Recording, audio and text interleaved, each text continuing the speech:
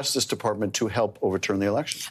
What do you make of the fact that, I mean, some of the key architects of the attempts to overthrow the election have been rewarded with more power?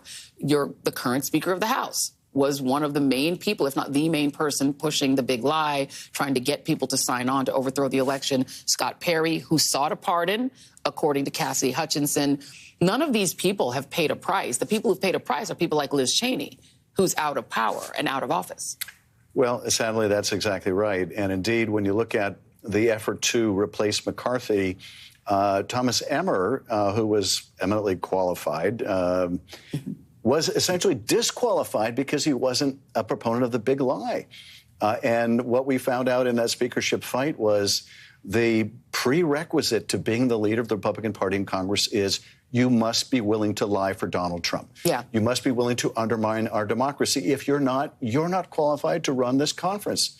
And so we did end up with a speaker who was very involved in the litigation to overturn the election. And we still have a Judiciary Committee chairman who, as you point out, ignored subpoenas of the January 6th committee and was also one of the architects in the House of trying to overturn the election.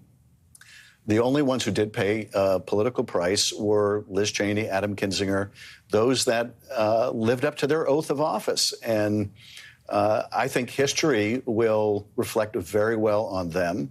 But it has been a bitter shock to me, and I think many others, that the Liz and Adams have been so few in number that the vast, vast majority of Republicans cared far more about holding their office than they ever did about the oath of office.